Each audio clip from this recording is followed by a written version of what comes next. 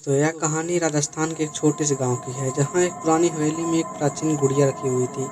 कहा जाता था कि यह गुड़िया श्रापित थी और जिसने भी छुआ उसकी जिंदगी में अजीब घटनाएं होने लगी। गांव वाले उस हवेली के पास जाने से डरते थे, लेकिन एक दिन एक शहर से आए परिवार ने इस हवेली में रहने का फैसला किया और वहीं से शुरू होती है इस डरावनी कहानी की शुरुआत। हेलो दोस्तों, मैं हूं विक्की और आप देख रहे हैं आपकी स्टोरी। दोस्तों, चैनल को लाइक कर दीजिए, चैनल को सब्सक्राइब कर दीजिए, वीडियो को लाइक कर दीजिए। चलिए मिलते हैं आगे कहानी में। पंकज, उनकी पत्नी रमा और उनकी 10 साल की बेटी राधिका गांव में शांति से जीवन बिताने के लिए इस पुरानी हवेली में रहने आए थे। हवेली सुंदर थी, लेकिन काफी समय से खाली पड़ी थी। पंकज ने सोचा कि थोड़ी मरम्मत से यह फिर से रहने लायक बन जाएगी। गांव वालों ने मिश्रा परिवार को कई बार चेतावनी दी कि हवेली में मत रहो, क्योंकि वहाँ एक श्रापित गुड़िया है जो रात के अंधेरे में जीवित हो जाती है।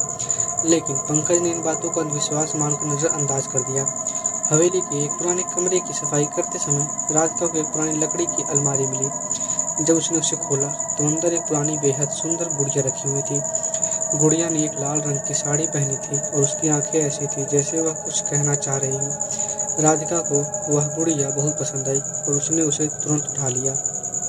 पापा, देखो कितनी सुंदर है ये गुड़िया, उसने खुश होकर अपने पिता को दिखाया।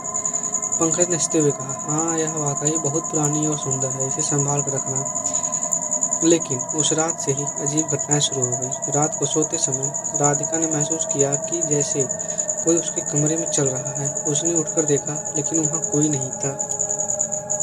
उसने सोचा कि यह उसका वहम है और वह फिर से सोने चली गई। लेकिन थोड़ी देर बाद उसे फिर से महसूस हुआ कि कोई उसकी ओर देख रहा है। उसने अपनी आंखें खोली और देखा कि गुड़िया उसके बिस्तर के पास रखी हुई थी, लेकिन अब उसकी आंखें पहले से ज़्यादा चमक रही थी।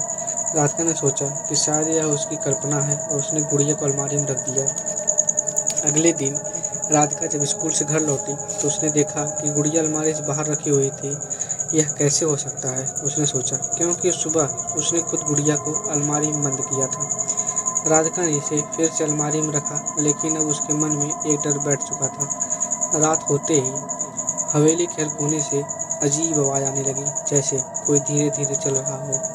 रात के 12 बजे राधिका को फिर से वही एहसास हुआ कि कोई उसे घूर रहा है। उसने घबरा कर बत्ती जलाई और देखा कि गुड़िया इस बार उसके बिस्तर के ठीक पास बैठी थी, जबकि उसने उसे अलमारी में रखा था। राधिका ने डरते हुए गुड़िया को उठाकर फेंक दिया और अपनी माँ को बुलाने के लिए भागी।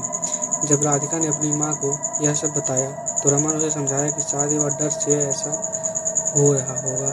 रमा खुद गुड़िया को देखने गई, लेकिन उसे कुछ खास महसूस नहीं हुआ। उसने गुड़िया को वापस अलमारी में रखा और राधिका को सोने के लिए भेज दिया। लेकिन जब रमा कमरे से बाहर जाने लगी तो उसे पीछे से किसी के हंसने की आवाज़ सुनाई दी।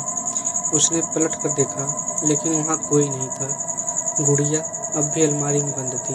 रमा को भी अब अजीब लगने लगा, लेकिन उसने इसे ज़्यादा तवज्जो नहीं दी। अगले कुछ दिनों में हवेली में अजीब घटनाएं बढ़ने लगी। रात के समय हवेली के कमरे खुद ब खुद खुलने लगे और फर्श पर चलने की आवाज़ें लगातार आने लगी। कभी कभी रमा और पंकज को ऐसा लगता था कि कोई उनके पीछे खड़ा है, लेकिन मुड़ने पर वहाँ कोई नहीं होता। राधिका की हालत और बिगड़ने लगी। वह रात में ठीक से सो नहीं पा रही थी और उसके चेहरे पर डर साफ दिखाई देने लगा था। आखिरकार मिश्रा परिवार ने गांव के एक बाबा से सलाह लेने का निर्णय किया।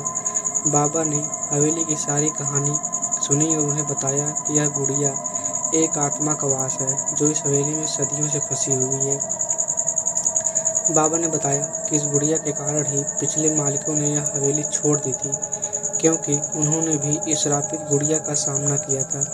बाबा ने कहा, गुड़िया को नष्ट करना आसान नहीं होगा। यह आत्मा बहुत शक्तिशाली है और इसे शांत करना बेहद मुश्किल होगा, लेकिन एक तरीका है। आपको इसे उसी जगह ले जाना होगा जहाँ यह पहली बार थी।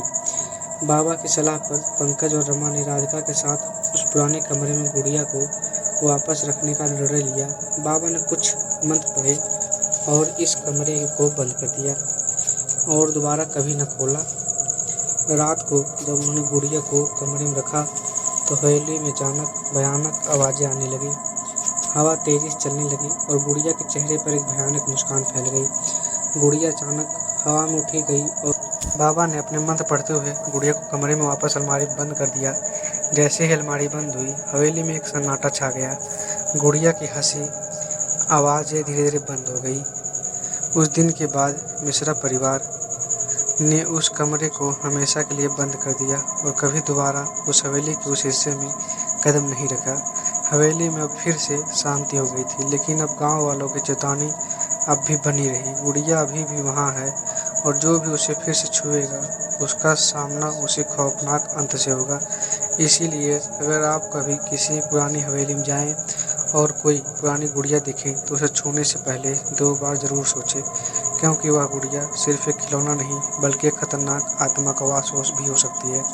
दोस्तों, कहानी कैसी लगी कमेंट करके बता दीजिए। अगर आपके पास भी ऐसी कोई कहानी है तो हमें कमेंट में बता दें ताकि हम आपकी कहानी पढ़ सकें। चलिए मिलते हैं नेक्स्ट वीडियो में।